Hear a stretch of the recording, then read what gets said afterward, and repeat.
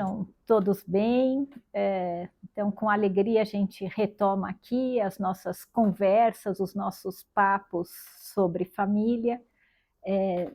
No nosso último vídeo, nós começamos a falar sobre uma abordagem importante às famílias no campo psi de uma maneira geral, né? Então, de que a família passa a ser o objeto de uma intervenção psicoterapêutica, tomando-a como uma unidade de intervenção. Então, não mais uma intervenção no campo do sofrimento mental, feita exclusivamente sobre indivíduos, a partir de uma compreensão individual, como foi tradicionalmente e continua sendo, né? Uma área importante de trabalho psicoterapêutico, mas tomando a família como uma unidade de intervenção, né? A partir de uma compreensão de que a família também é uma unidade, também é um conjunto de pessoas que não se reduz a uma somatória dos seus membros, né? Ela constitui alguma outra coisa, né? Uma totalidade que também sofre e que, de alguma maneira, é responsabilizada também pelo sofrimento dos seus membros.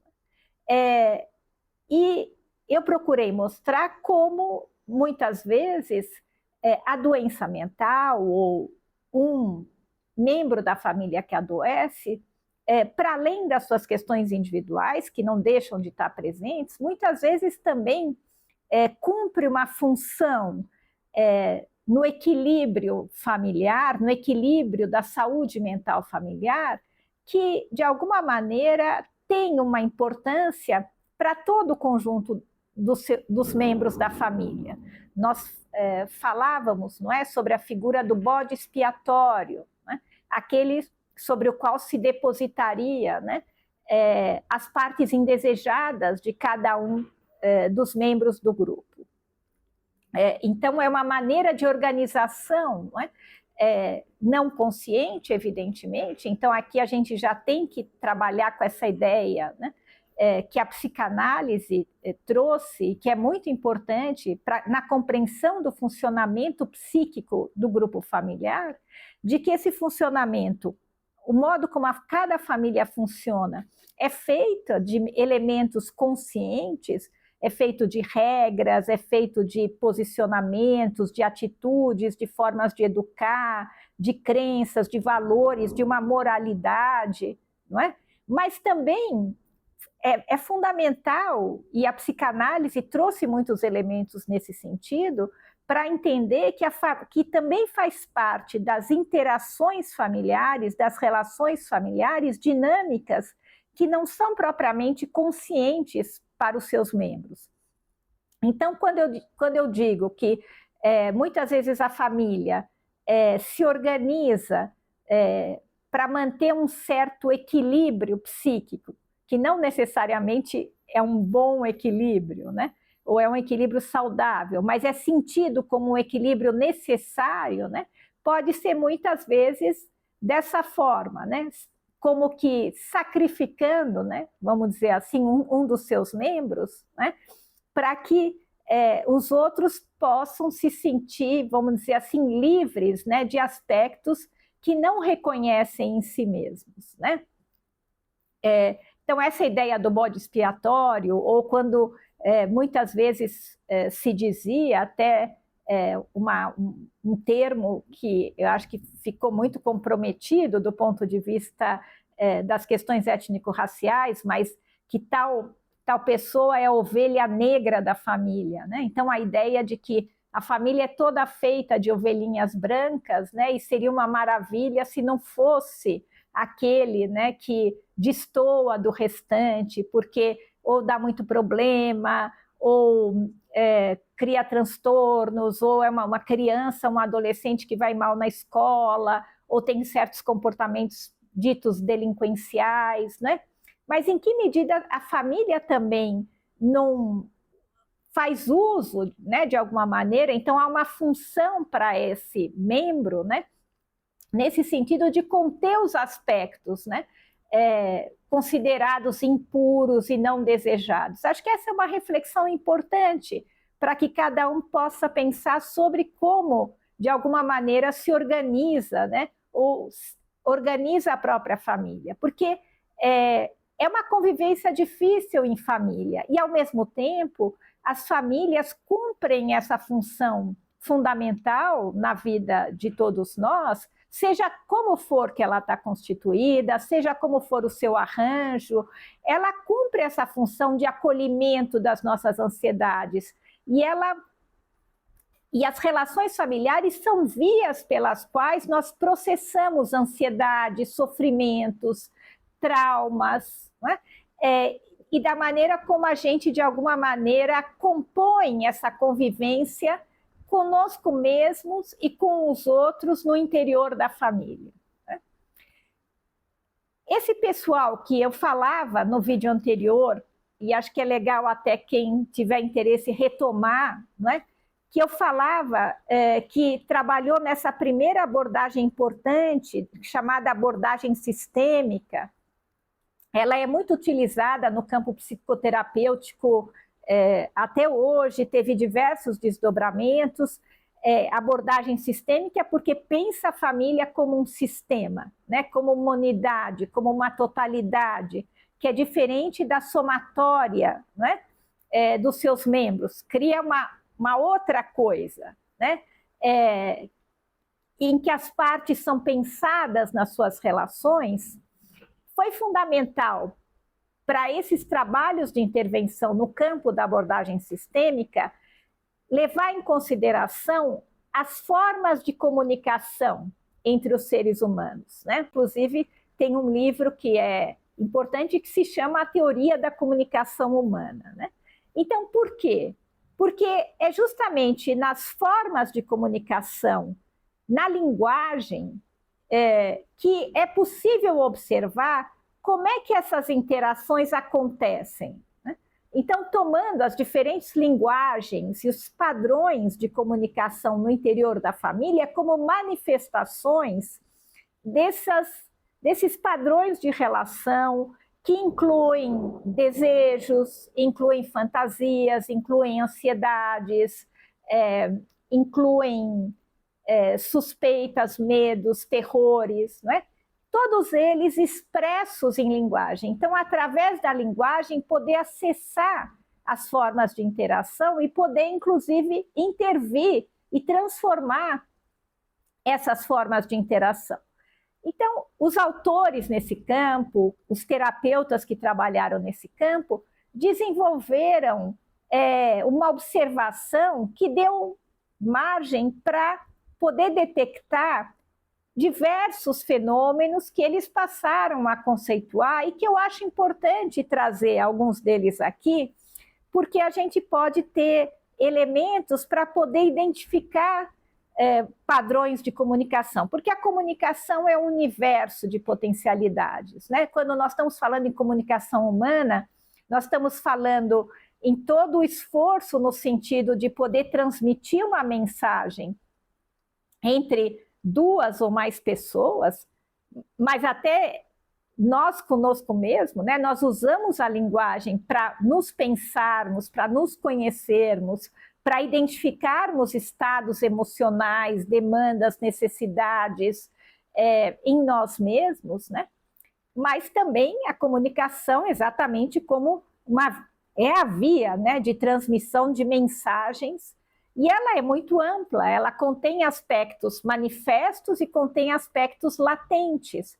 A gente pode falar em comunicações verbais, né, aquelas feitas através das palavras, com as palavras. A gente pode falar em comunicações pré-verbais, né, aquelas que são anteriores à linguagem verbal, né, ou para além da linguagem verbal. A nossa gestualidade é uma linguagem, os nossos olhares comunicam coisas, e outras formas de linguagem. A gente, inclusive, pode pensar em linguagens no campo da arte, enfim, né? Seja a arte mais formal ou outras formas de... uma criança pode desenhar alguma coisa, e esse desenho estar transmitindo alguma coisa que ela talvez não tenha palavras ou não consiga expressar em palavras, ou através da brincadeira, né? Então, a linguagem é múltipla. E os fenômenos da comunicação, eles envolvem todo tipo de possibilidade, né? Desde uma comunicação em que duas pessoas sentem que conseguem conversar e se fazer entender, e quando eu digo algo, a outra pessoa responde e eu entendo que ela entendeu o que eu disse, né? Mas a linguagem está muito sujeita a transtornos, né? Então, eu digo uma coisa e a pessoa entende outra coisa, né? E a partir daí já pode se gerar um ruído de comunicação, né? Aquilo que a gente vai chamar de um mal-entendido, né? Os mal-entendidos são muito importantes em toda a interação humana e talvez intensificados no campo familiar, porque a família é um contexto, é um grupo de interação muito particular, dada a intensidade do convívio, o tempo prolongado do convívio, e muito sujeito a trocas afetivas muito intensas, né? De amor, de ódio, de rivalidade, de ciúmes, de inveja, de todo tipo de sentimento, né? Então, o mal-entendido é um transtorno da comunicação e que gera impactos importantes, porque todo mundo tem experiência de não ter sido entendido e dos conflitos que geram, né, para se chegar a um entendimento, né? Mas há outras, o próprio silêncio, o silenciamento, já é também um padrão de comunicação, né? Então, há interações, eu estou aqui pensando na família, mas a gente pode ampliar isso para toda interação humana, são interações feitas de silêncio. Às vezes, o silêncio significa uma impossibilidade de falar alguma coisa, algo tem que ser silenciado. Mas também, muitas vezes, o silêncio pode significar que é uma interação em que há tal comunicação e tal proximidade e tal intimidade que as pessoas nem precisam falar, elas podem estar sentadas uma do lado da outra, uma está lendo, a outra está fazendo alguma coisa, estão em silêncio, mas estão juntas, né? Mas o silêncio é uma forma de comunicação. Mas eu posso ter também o mutismo, né? Alguma coisa que o outro diz e que me emudece, em que eu me sinto desautorizada a falar, emudecida, criticada, julgada, né? E com todas as consequências disso, porque uma vez que eu sinta que eu sou julgada e criticada por algo que eu tenho a dizer, eu vou emudecer aquilo. E talvez isso pode ser muito prejudicial, inclusive para a saúde psíquica, porque a possibilidade que a gente tenha de compartilhar experiências, de compartilhar questões, dúvidas, é fundamental. E a família, ela é um espaço potencial de acolhimento e de compartilhamento das nossas experiências, porque nós precisamos do outro para processar as nossas experiências. E a possibilidade de que a gente sinta que tem um canal aberto de comunicação para conversar, ele é fundamental também para a nossa saúde mental. Então, espero que tudo isso que eu estou dizendo também permita uma reflexão sobre as formas de comunicação na família. Eu falava especificamente no vídeo anterior sobre um grupo muito interessante que se criou em Palo Alto, na Califórnia, que começou a atender famílias de pacientes esquizofrênicos, né, para pensar justamente em que medida, né, tendo como referência uma teoria geral dos sistemas, a família como sistema, e tendo como referência uma teoria da comunicação humana, se poderia pensar, vamos dizer assim, o distúrbio psicótico, no caso a esquizofrenia, como além de um problema intrapsíquico, né, interno, né, ao sujeito que sofre, né, que padece desse transtorno, em que medida também haveria um comprometimento ou uma leitura que permitisse pensar também esse transtorno e o lugar que ele ocupa dentro das interações familiares e a função que ocuparia dentro das relações familiares. Por que isso é importante? Porque se há uma função psíquica desempenhada no interior da família e para o equilíbrio da família, evidentemente que, mesmo que a família leve, né, esse membro doente, digamos assim, para tratamento, haverá forças dentro da própria família em oposição à cura, porque a família sente que essa função é necessária, né? Um pouco como retomando, bom, talvez esse membro ovelha negra da família seja necessário para que os outros se sintam purificados, né? Então, e os terapeutas, quem trabalha com criança, tem muito essa experiência, que muitas vezes a família os pais trazem uma criança para atendimento psicológico, para resolver um determinado sintoma, uma dificuldade da criança, a criança começa a melhorar e muitas vezes os pais tiram do atendimento, né? Então, por que será? Porque pode ser que essa cura da criança tenha sido também perturbadora de alguma maneira, né? Então, é interessante esse campo, porque gera essas perplexidades, né? Que em nível consciente a gente pode achar um absurdo, mas quando a gente leva em consideração todos esses elementos, né, também inconscientes que eu estou trazendo, acho que começam a fazer um certo sentido. Esse grupo de Palo Alto, observando intensamente muitas famílias de pacientes internados em hospital psiquiátrico, foram detectando alguns padrões de comunicação sobre os quais eu acho legal a gente conversar aqui. É claro que não é um curso, né, de abordagem sistêmica, mas eu acho que é mais para trazer elementos para a gente poder ampliar a nossa compreensão sobre os funcionamentos familiares. Eu vou falar aqui um pouco de algo que eles nomearam de duplo vínculo, eu vou falar de um outro que eles nomearam de complementaridade e um outro que eles nomearam de pseudomutualidade. Eu acho que todos eles são interessantes e eu acho que quando a gente entende o que significam, talvez a gente possa detectar eles em ação, né, nas nossas interações, seja em família ou fora dela, né? Então, o que eles chamaram de duplo vínculo?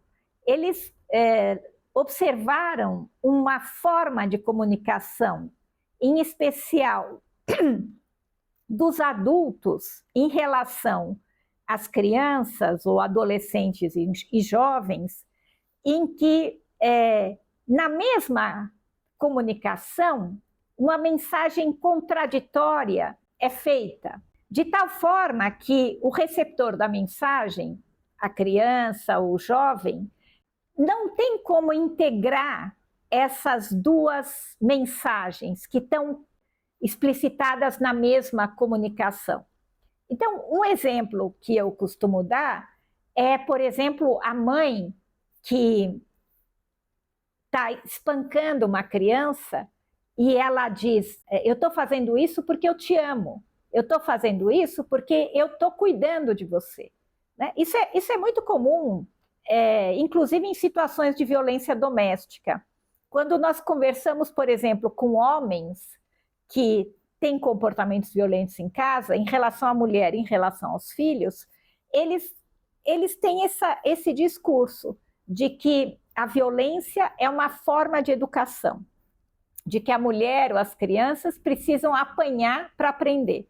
E que, portanto, eles não estão sendo violentos, eles estão sendo educadores. Né? Ocorre que, para a criança, é difícil integrar que a mãe, a mamãe que me ama, me machuca dessa forma, ou o pai que quer me educar me machuca dessa forma. Então, a criança, muitas vezes, é claro que isso depende também de características pessoais da criança, da sua própria psicologia, mas muitas crianças tenderiam a dividir essa mensagem, a separar essa mensagem no sentido de que é como se houvesse duas mães, a mãe que me ama e a mãe que me espanca. Não é a mesma mãe. É difícil integrar que seja a mesma mãe. Assim como esse pai que quer o meu bem, ou o marido que quer educar a esposa, é difícil integrar que é quem ama ou quem está cuidando e é quem está, de alguma maneira, sendo violento dessa forma. Então, é como se essa figura do pai, da mãe, do esposo, eu estou falando aqui mais da violência do homem, porque os dados mostram que é muito maior, né, do que a violência da mulher em relação ao homem, embora, evidentemente, a gente vai ter tempo para falar sobre essa temática da violência de gênero, da violência doméstica, da violência entre parceiros íntimos, mas os números mostram que a violência, em especial a violência física, ela é maior do homem em relação à mulher do que da mulher em relação ao homem, né? Mas para o nosso tema aqui, o que importa é essa divisão, né? É como se a criança precisasse dividir internamente, né? A mãe boa e a mãe má, né? O pai bom e o pai mau. E é claro que, como é uma relação fundamental para a criança, essa figura interna dividida, ela também promove uma divisão da própria personalidade da criança, né? Ela também não favorece uma integração do outro e de si mesma. Porque no desenvolvimento da criança, ela vai integrando, né, aspectos bons e maus, diferentes partes de si mesma e do outro. Mas em comunicações assim, que esse grupo de Palo Alto chamou de duplo vínculo, né? Acho que como o próprio termo está dizendo agora, espero que tenha ficado mais claro, é como se a criança estabelecesse um duplo vínculo com a mãe ou com o pai, né?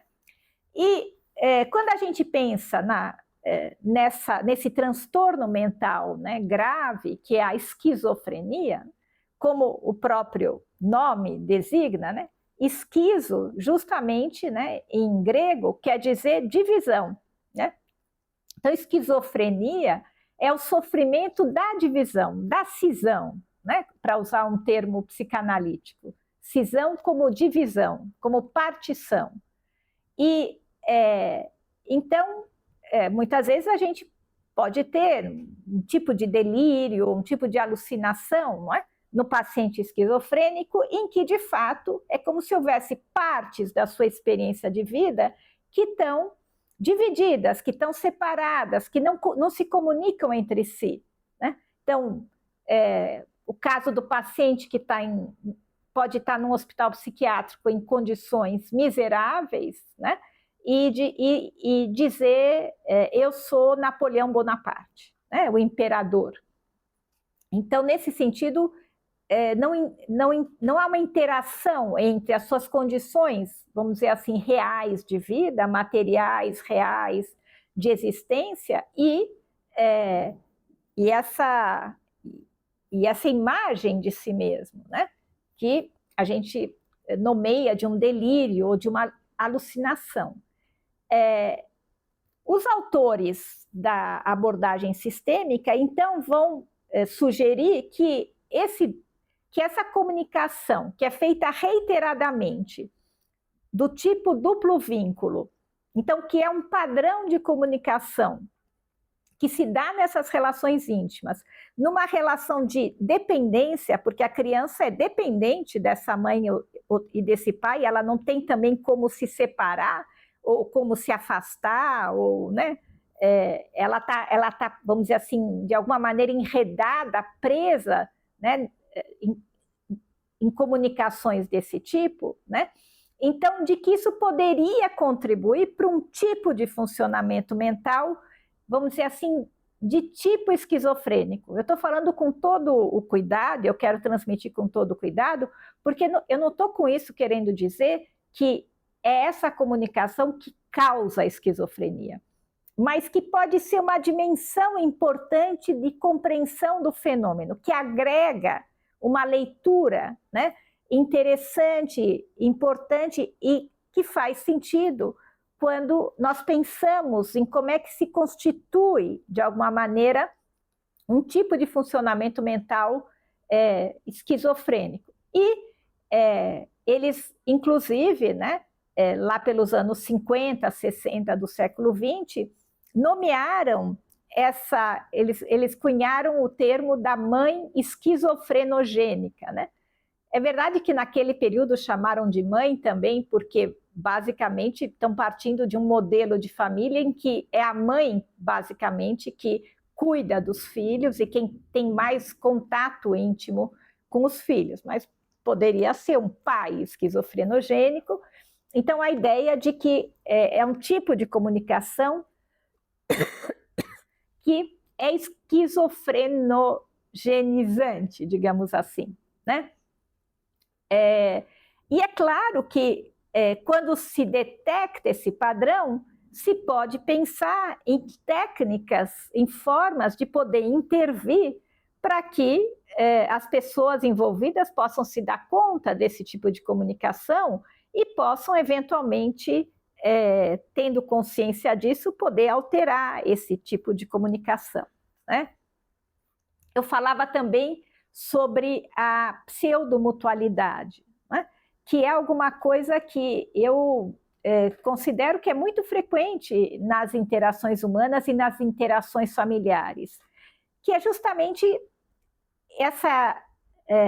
esse modo, né, de comunicação no qual muitas vezes nós, vamos dizer assim, fazemos de conta que estamos em acordo, né? Que há algo de um acordo mútuo entre nós, né? Quando, na verdade, é um pseudo-acordo, né? É um falso acordo. Ele se dá às custas de um silenciamento, né? De um emudecimento de tudo aquilo, né? Em um ou outro, né, dos membros dessa família ou dessa interação que fazem parte desse pacto, né? Acho que cada um de nós pode reconhecer esse tipo de pacto, esse pacto de silenciamento, esse pacto de pseudo-mutualidade, porque não é um acordo ou uma concordância a que se chega através de muito diálogo, de muita negociação, de concessões, em que talvez verdadeiramente se pode chegar a áreas de acordo mútuo. Não, é alguma coisa que é quase que estabelecida, né, de maneira de fora para dentro, né? E deixando de fora também envolve algum tipo de cisão, de divisão, porque para eu poder estar dentro desse acordo de pseudomutualidade, eu preciso silenciar partes minhas, né? Eu preciso deixar de fora, né? Com todas as consequências também de sofrimento que isso traz.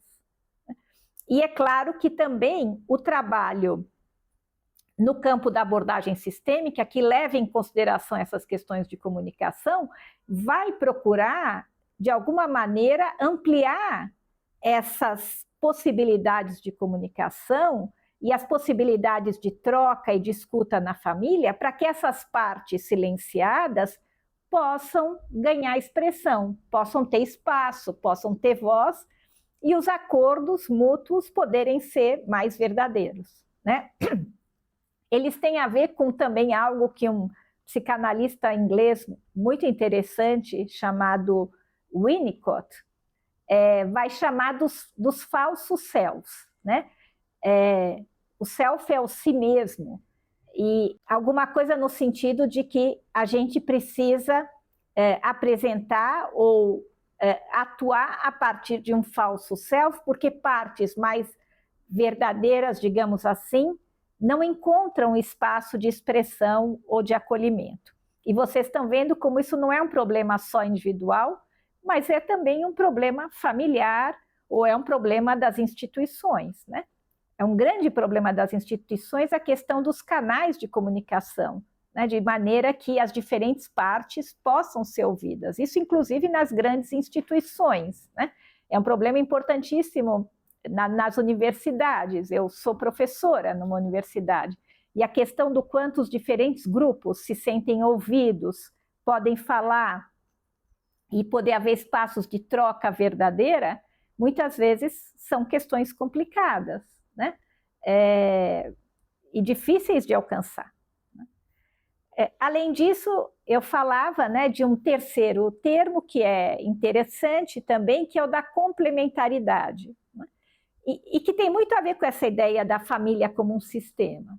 Então, a ideia de que entre os membros desse sistema familiar, muitas vezes nessa distribuição de funções, digamos assim, pode ocorrer essa situação em que, numa interação, um é complementar ao outro, né?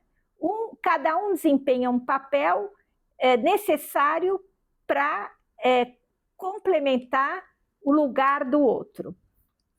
Um exemplo que eu acho interessante nesse sentido, e que eu costumo dizer que é muito comum encontrar, às vezes, em ambulatórios de psiquiatria, em ambulatórios que tratam de questões ligadas a álcool e drogas, né? Muitas vezes comum encontrar o casal, né? Que vai em busca do atendimento para um dos membros, né? Que tem um problema de adesão, né? A álcool ou outras drogas. E esse casal muitas vezes funciona segundo um padrão que é conhecido dos psiquiatras, né? Em que muitas vezes, então, o membro, né, que é levado para tratamento é visto como é colocado num lugar na relação de casal como alguém que só dá trabalho, pode estar desempregado, é violento em casa, quebra coisas, tem delírios de ciúmes, né? Então, é um enorme de um transtorno numa situação que tende a se estender por muito tempo, envolvendo tratamentos que muitas vezes são condenados ao fracasso, a pessoa reincide, e tem ali uma companheira ou um companheiro que é uma espécie de santo, né?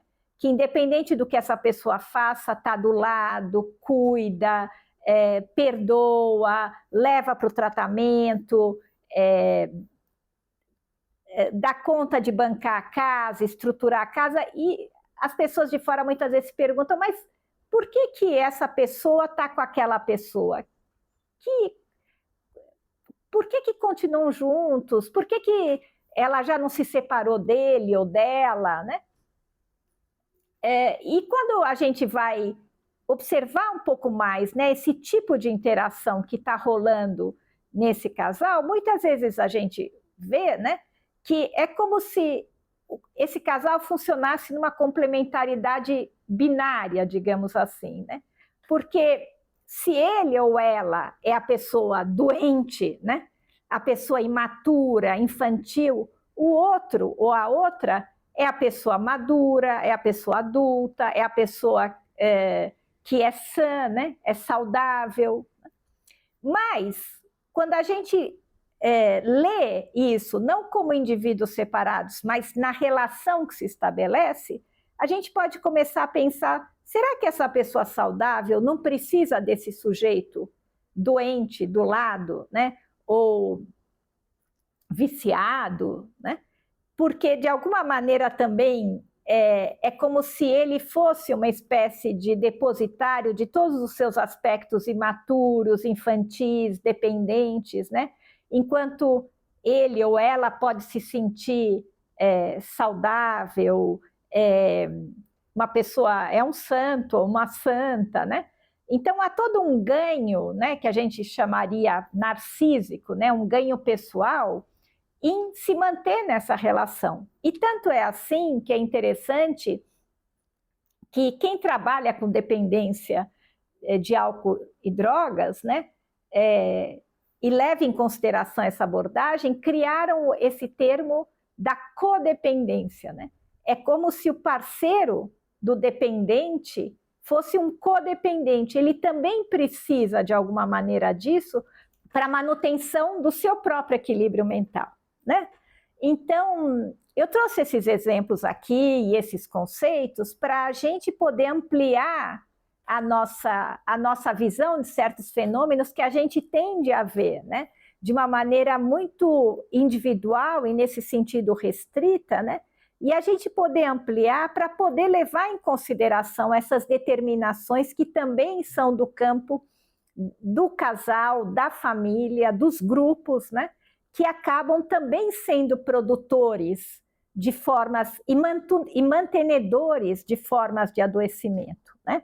E da importância da gente olhar para esses funcionamentos grupais. Eu trouxe alguns elementos dessa abordagem sistêmica, não com nenhuma pretensão de estar fazendo uma formação aqui de terapeutas de família, mas para poder trazer elementos para uma reflexão mais ampla de pessoas que não trabalham com essas temáticas ou com esses problemas, mas que ajude a cada um de nós a poder fazer uma imersão também na vida familiar e poder refletir sobre a importância, por exemplo, das questões de comunicação e linguagem no interior da família e de alguns possíveis transtornos desses processos de comunicação que são produtores de sofrimento. Então, espero que tenha feito sentido para vocês. No próximo vídeo, eu quero trabalhar algumas contribuições da psicanálise para o trabalho com famílias, para a compreensão do funcionamento psíquico familiar. Então, espero que continue sendo de interesse para vocês e aguardo vocês lá.